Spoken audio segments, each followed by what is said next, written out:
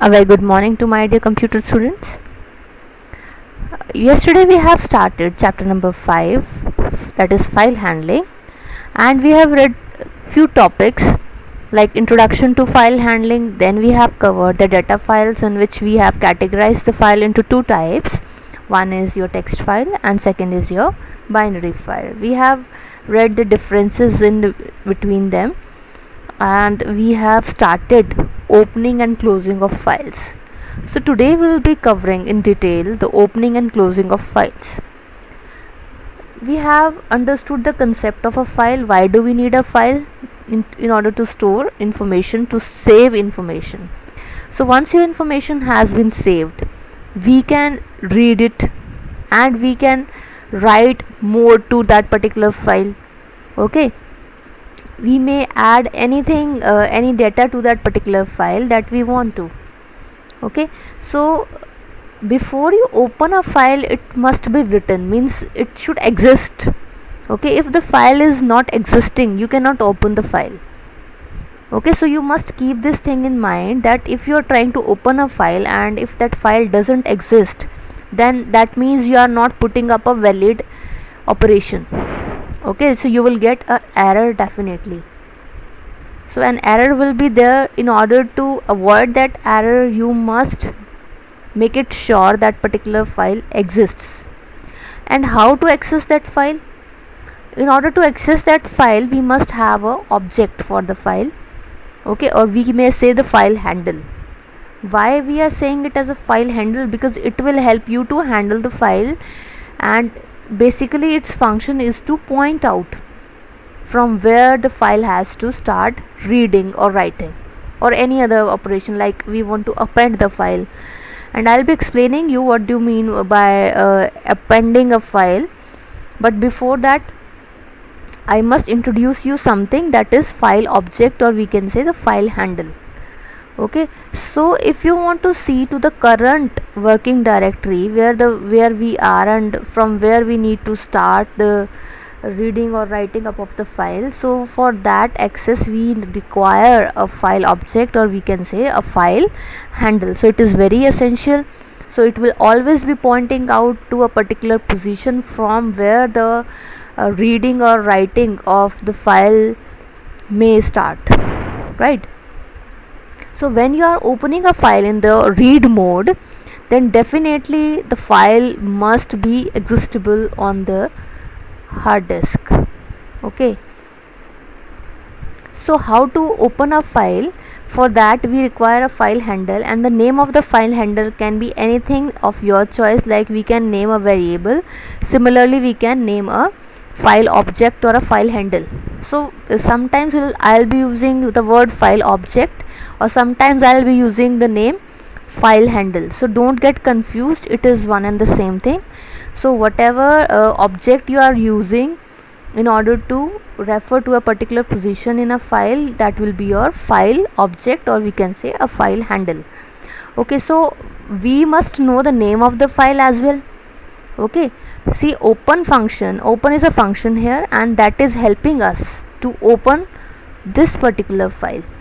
So you can write the name of the file inside this parenthesis of the open function, and it should be enclosed inside your double quotes, right?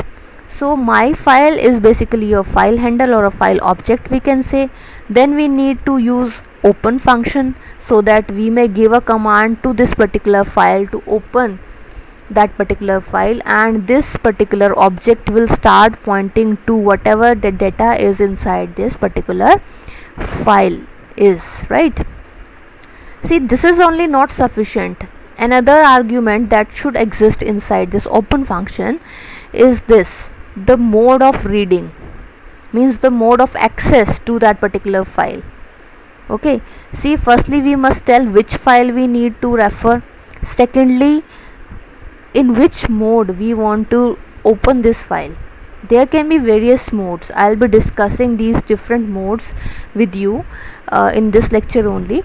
So we must specify in which mode we want to open it. Like we can have the reading mode, we can have the writing mode, we can have the append mode. So we'll be discussing the differences in different modes one by one. So for now you must understand, for giving the instruction to open a particular file, we must know the name of the file and it must exist. Second, the mode in which we want to open that particular file should also be known, and a file handle should be there to handle the data of that particular file. And this can only happen when we are putting these two arguments inside this open function. I hope this particular line is clear, because whenever you are trying to open a file for reading purpose, for writing purpose, you need to follow a particular syntax, and that should be taken care of, because if there is any error in writing up this syntax, then the file will not be opened up. Okay, so now let us move. Another important point that you must take care of, that this path and this path, you can observe they are written in different ways. But one is your complete path, and this one is your complete path. Okay, and one is your absolute path. So we must take care of it ki which type of path we are providing. Okay, this type of path whenever we are writing, so that means this particular file has been saved in the same folder where the Python files are being installed, inside the Python folder, I must say.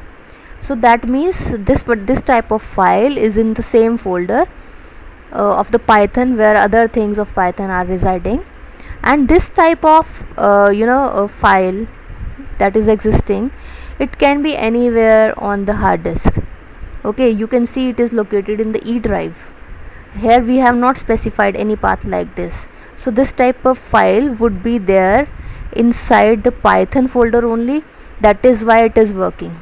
If you are giving the path like this only, result.txt, and it is lying in E drive, and you are not mentioning this complete path, then this file will not work. This file will not be opened up for any of the modes that you are specifying here. Okay, this file will work, means get opened only and only if the path is accurate. So we need to be very much accurate about the path we are specifying. Okay, so either you specify the complete path, or you may specify the path like this, where we are assuming or we know that this particular file will exist in the Python folder only. Okay, so I hope it is also clear to you. Next we will talk about it. Next topic, we have discussed this open function. It creates a file object which serves as a link.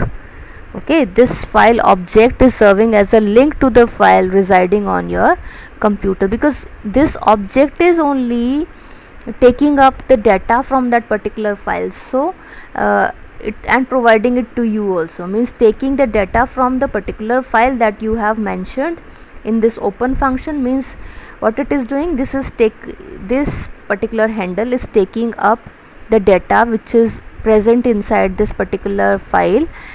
From that position it is taking up and it is presenting that data to you. So ultimately it is serving as a link to a particular file that is residing on a computer. Fine. So next important thing that you must take care of, that inside the open function we need to specify the path I told you, and the mode in which we need to open that particular file. It can be a read mode, it can be a write mode, or it can be a append mode. Okay, and if you are not specifying the second parameter, means you are not mentioning the read, write, or append mode, so by default it will open up in the read mode only. And if the particular file is not existing, then you will get a file not found error. Okay, if you are trying to open a file and you are not able to open it, you are trying to open a file and you are not able to open it, means you are not getting the access to that particular file, then that means that file doesn't exist or the path is not accurate. Okay, so firstly check the path. If it is right, then it is fine, but still if you are not getting the output, then definitely some error is there, and this error will be indicated like this. Okay, next is beta an important thing I must share. This syntax you know very well. Next important point I would like to discuss with you is this, the concept of raw string. See, whenever we are giving this path, we are saying that in C drive a temp folder will be there, the data.txt will be there, means this particular file will be there in C drive temp folder. But when we are using this type of path, then /t, we know that it is a, what it is, it's a tab character, we know this, right? So when we are writing it like this, sometimes it is problematic for the computer to understand that this particular is a /t or it is a /temp. So sometimes it gets confused and it may not find the particular file that you have stated here. So in order to avoid this confusion, what should be done? There are two ways to represent a path when you are writing the complete path. That firstly, one way is that you may write R, okay, R just before the path that you are specifying, and there should not be any space. There should not be any space between this R and the path. If you are giving this the space in between, then you will not get the right output. So there should not be any space between R and this path, right? First way is this. R is standing, it means for the raw string, means you are passing a raw string, and which means that there is no special meaning attached to any character. Means once you have written R, so it will take it as /temp only, it will not assume that /t is there. Okay, first way is to this. If you don't want to write R here, then what can be done? So for that you can replace this single slash with the double slash. So here also you will get the same output, means you will get the correct output as you are getting in this case. So either you write R here and then write the complete thing as it is, pass the two arguments that we were supposed to pass inside this open function, or what you can do, you may replace the single slash with the double slash. Okay, so the choice is yours with which method you want to go along with. Either use the double slashes or write R. R stands for the raw string, so that will act like a prefix to the path file, and it will help the computer to avoid that particular error or confusion that may arise when it sees /t.